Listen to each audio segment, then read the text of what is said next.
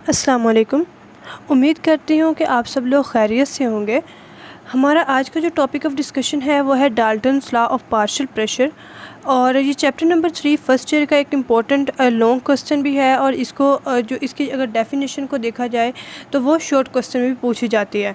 तो चलिए हम अपना आज का लेक्चर जो है वो स्टार्ट करते हैं कि Dalton law of partial pressure को अगर हम डिफ़ाइन करें तो वो इस तरह डिफ़ाइन करेंगे कि अगर आपके पास एक कोई मिक्सचर है वो नॉन रिएक्टिंग गैसेस का है, ठीक है, वो गैसेस आपस में रिएक्ट नहीं कर रही, तो उनका जो टोटल प्रेशर होगा वो किसके इक्वल होगा, वो इंडिविजुअल पार्शियल प्रेशर के इक्वल होगा। ठीक है, तो अगर आप जितने भी इंडिविजुअल पार्शियल प्रेशर है अगर आप उनको सम करते हैं तो वो टोटल प्रेशर जो एग्जर्ट कर रहा है mixture of non reacting gases तो वो उसके इक्वल होगा। तो हम अगर इसको देखें तो वो होगा कि the total pressure exerted by a mixture of non reacting gases is equal to the sum of their individual partial pressure. अब पार्शियल प्रेशर क्या होता है कि फ़र्ज़ करें कि आपके पास कोई मिक्सचर है गैसेस का और उसमें से आप एक गैस जो है उसकी जस्ट प्रेशर की बात कर रहे हैं।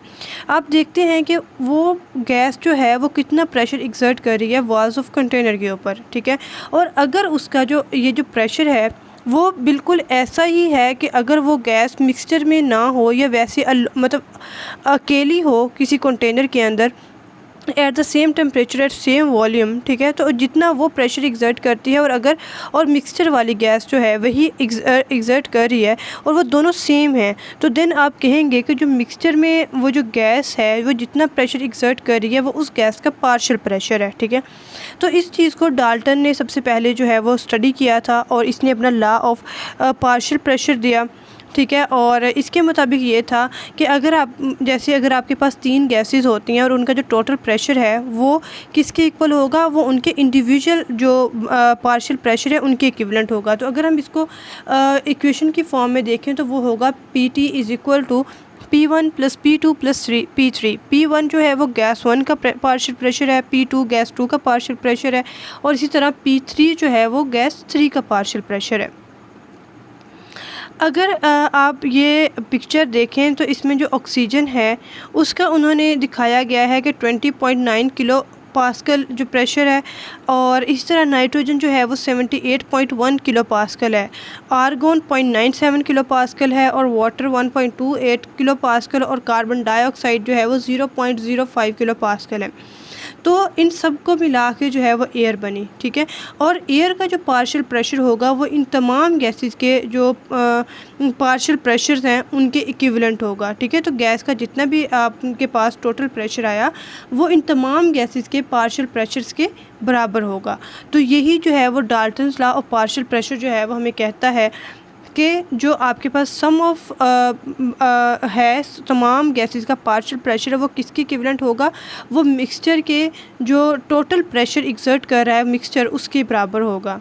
तो यहाँ से हमारे पास ये वाला लॉ जो है वो वेरीफाई भी हो गया।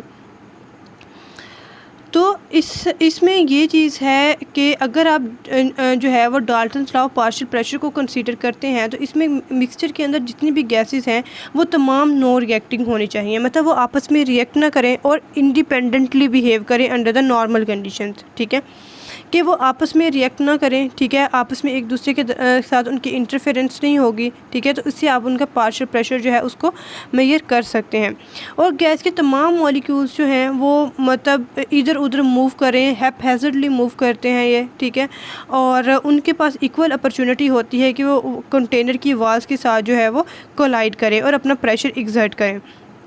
और हर गैस के जो मॉलिक्यूल होते हैं वो अपना इंडिपेंडेंट प्रेशर एग्जर्ट करते हैं, और उस जो दूसरी गैस है कोई और मिक्सचर के अंदर तो वो उस एक जो गैस है उस आपस में मतलब वो इंटरफेयर नहीं करती पार्शियल प्रेशर एग्जर्ट करने में। तो जो मॉलिक्यूल्स हैं वो इंडिपेंडेंटली मूव करते हैं। तो अगर हमारे पास जनरल गैस इक्वेशन जो थी वो PV is equal to nRT, अगर आप उसको यहाँ पे अप्लाई करें तो अगर आप जो है वो गैस 1 की बात करते हैं तो उसके लिए प्रेशर P1 होगा और नंबर ऑफ़ मोल्स जो होंगे उसके N1 होंगे, तो आप लिखेंगे कि P1V is equal to N1RT। इसी तरह P2 V is equal to nRT gas 2 का होगा, P3V is equal to N3RT gas 3 का होगा। इस पर अगर आप देखें तो पार्शियल प्रेशर जो है वो डायरेक्टली प्रोपोर्शनल किसके है, नंबर ऑफ़ मोल्स के है। तो अगर आप इसमें RT/V फैक्टर जो है उसको कांस्टेंट कर देते हैं तो आप देखेंगे कि तमाम गैसेस जो हैं उनका अपना एक पार्शियल प्रेशर है, ठीक है। और अगर आप उनका वॉल्यूम और टेम्परेचर सेम रखते हैं तो उनके जो नंबर ऑफ़ मोल्स हैं वो अगर डिफरेंट हैं तो वो उनका पार्शियल प्रेशर जो है वो भी डिफरेंट होगा, ठीक है, क्योंकि पार्शियल प्रेशर जो है वो डायरेक्टली प्रोपोर्शनल है नंबर ऑफ़ मोल्स के। तो जैसे जैसे जिस वो वाली गैस जिसका नंबर ऑफ़ मोल्स ज़्यादा होंगे उसका पार्शियल प्रेशर भी ज़्यादा होगा, और वो वाली गैस जिसके नंबर ऑफ़ मोल्स कम होंगे तो उसका पार्शियल प्रेशर भी कम होगा। इसी तरह अगर आप इन तमाम गैसेस के पार्शियल प्रेशर्स को प्लस करते हैं तो आप लिखेंगे कि P T is equal to P1 + P2 + P3। P जो है वो टोटल प्रेशर है, ठीक है। और अगर आप इसी की जगह P1 + P2 + P3 की जगह पे लिखते हैं N1 RT/V, N2 RT/V और N3 RT/V, ठीक है। तो इसमें RT/V जो है वो एक कांस्टेंट फैक्टर है, या आप कह लो कि तमाम के अंदर कॉमन है, तो आप इसको अलहदा कर लें। तो PT is equal to N1 + N2 + N3 और RT/V जो है वो आप इससे ब्रैकेट से बाहर लिख लेंगे। तो अगर आप देखें N1 + N2 + N3 किसके बराबर हो गया, ये टोटल नंबर ऑफ़ मोल्स के इक्वल हो गया। तो अगर आप इसको सब्स्टिट्यूट कर लेते हैं तो आप ऐसे लिखेंगे PT is equal to NT RT। तो ये इक्वेशन जो है वो क्या शो कर रही है कि जो आपके पास टोटल प्रेशर है मिक्सचर ऑफ गैसेस का वो डिपेंड किसके ऊपर कर रहा है, वो नंबर ऑफ़ मोल्स के ऊपर डिपेंड कर रहा है जो कि गैस मॉलिक्यूल्स के हैं। इसी तरह अगर आप कैलकुलेशन करते हैं पार्शियल प्रेशर की, तो आप अगर देखें कि आपके पास अगर दो गैसेस हैं, एक है ए और दूसरी है बी, ठीक है। ए गैस जो है उसके नंबर ऑफ़ मोल्स जो हैं उसको आप ए से जो है रिप्रेजेंट कर रहे हैं, ठीक है। ए के को एन ए से रिप्रेजेंट कर रहे हैं, और जो बी के जो नंबर ऑफ़ मोल्स हैं उसको एन बी से रिप्रेजेंट कर रहे हैं। तो आप ऐसे लिखेंगे P T is equal to N T R T. ये तो मिक्सचर ऑफ गैसेस के लिए इक्वेशन हो जाएगी। इसी तरह अगर आप ए के लिए लिखेंगे तो P A V is equal to N A R T हो जाएगा, और अगर बी गैस के लिए लिखेंगे तो P B V is equal to N B R T हो जाएगा। अगर आप इन दोनों इक्वेशंस को डिवाइड करते हैं तो P A V over P T V हो जाएगा is equal to N A R T over N T R T हो जाएगा, ठीक है। अगर ये अब आप मिक्सचर ऑफ गैस के लिए जो इक्वेशन थी और गैस ए के लिए जो इक्वेशन थी उन दोनों को कर रहे हैं, ठीक है। तो अगर आप इसी को रीअरेंज करें तो P A is equal to N A over N T multiply by P T हो जाएगा, और N A over N T जो है वो हमारे पास मोल फ्रैक्शन के इक्विवेलेंट होता है, ठीक है। तो यहाँ पे आप फिर ऐसे लिख सकते हैं P A is equal to X A R T. तो एक्स जो है इसमें मोल फ्रैक्शन है गैस ए की, और पी बी जो है वो मोल फ्रैक्शन है गैस बी की। तो हमेशा ये बात याद रखें कि जो मोल फ्रैक्शन होती है किसी भी गैस की मिक्सचर में वो हमेशा यूनिटी से कम ही होती है, मतलब वो 1 से हमेशा उसकी वैल्यू कम होगी। और जितनी भी गैसेस हैं अगर आप इन तमाम के मोल फ्रैक्शंस को प्लस करते हैं तो उनका जो सम है वो 1 के इक्विवेलेंट आएगा, ठीक है। तो फिर ही जो है वो आपकी मोल फ्रैक्शन की वैल्यू जो आप कह लो कि दुरुस्त होगी, अदरवाइज़ आप गलत कैलकुलेट कर रहे होंगे। तो यही नेक्स्ट पॉइंट के अंदर बताया गया है कि the sum of mole fraction is always equal to unity. इसके बाद अगर हम एप्लीकेशंस देख लें जो Dalton's law of partial pressure की, जो सबसे पहले तो ये एक्वस टेंशन को कैलकुलेट करने के लिए इस्तेमाल होता है। अब एक्वस टेंशन क्या होती है कि ये वो वाला पार्शियल प्रेशर होता है जो कि वाटर वेपर्स एक्सर्ट करते हैं, ठीक है। तो उसको हम एक्वस टेंशन बोलते हैं।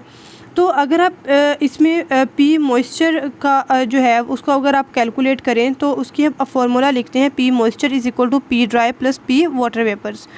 तो वाटर वेपर्स की जगह पे का जो प्रेशर है आप इसकी जगह पे एक्वस टेंशन लिख लें, तो P moist is equal to P dry plus aqueous tension. और इसी तरह अगर आप इसी को इक्वेशन को रीअरेंज करें तो P dry is equal to P moist minus aqueous tension हो जाएगा। दूसरे नंबर पे प्रोसेस ऑफ रिस्पिरेशन के लिए इस्तेमाल होता है। तो प्रोसेस ऑफ रिस्पिरेशन जो है वो एक्चुअली में पार्शियल प्रेशर के डिफरेंस के ऊपर डिपेंड करता है। अगर आप पार्शियल प्रेशर अगर देखें तो एयर में पार्शियल प्रेशर जो होता है 159 टोर होता है और लंग्स के अंदर 116 टोर होता है, ठीक है। तो इसी वजह से जो है वो प्रोसेस ऑफ रिस्पिरेशन हो रहा होता है। अगर आप ये देखें कि जैसे पायलट्स हैं वो अगर हाई आल्टीट्यूड पे जाते हैं तो वो बहुत अनकंफर्टेबल फ़ील करते हैं सांस लेते हुए, ठीक है। तो इसके लिए वो क्या करते हैं कि वो जो ऑक्सीजन है उसको अनप्रेशराइज कैबिन के अंदर जो है उसको लो रखते हैं, ठीक है। और एज़ कम्पेयर टू 159 टोर 159 टोर जो है वो एयर में होती है, ठीक है। तो इसी वजह से जो है वो ईज़िली सांस ले सकते हैं। नेक्स्ट जो है वो कि अगर जो सी डाइवर्स हैं तो उन्होंने मतलब समंदर की निचली सतह में जाना होता है, तो वो क्या करते हैं कि वो ऑक्सीजन को किसी इनर्ट गैस के साथ, जैसे हीलियम कह लें, तो उसके साथ मिक्स कर लेते हैं। इस तरह वो ऑक्सीजन गैस का जो पार्शियल प्रेशर है उसको मेंटेन रख सकते हैं। तो अगर आप समंदर के अंदर 100 फीट जो है वो डेप्थ में जाते हैं तो यहाँ पे जो डाइवर्स है वो अप्रोक्सीमेटली 3 एटमॉस्फेयर प्रेशर जो है वो उसको एक्सपीरियंस करता है, ठीक है। तो इस वजह से जो नॉर्मल एयर है जिसको हम ज़मीन के ऊपर रहते हुए जिसमें सांस लेते हैं, तो उसको आप गहरे समंदर में इस्तेमाल नहीं कर सकते। तो इसमें आप क्या करते हैं फिर कि जो N2 गैस है वो इंक्रीज़ होती है, ठीक है। जैसे जैसे आप डेप्थ में जाते हैं सी की, तो वो आपकी जो है वो ब्लड के अंदर डिफ्यूज़ भी होती रहती है। तो इसी वजह से फिर आप इस तरह करते हैं कि जो ऑक्सीजन है उसको आप मिक्स कर लेते हैं हीलियम गैस के साथ, तो इस वजह से जो है वो पार्शियल प्रेशर ऑक्सीजन का मेंटेन होता है और सांस लेने में आसानी रहती है। तो यही हमारा आज का लेक्चर था जो कि Dalton's law of partial pressure पे था। आई होप कि आपको समझ आ गई होगी। अगर समझ कहीं से कोई कन्फ्यूजन हो तो आप कमेंट सेक्शन में पूछ सकते हैं। अल्लाह हाफिज़।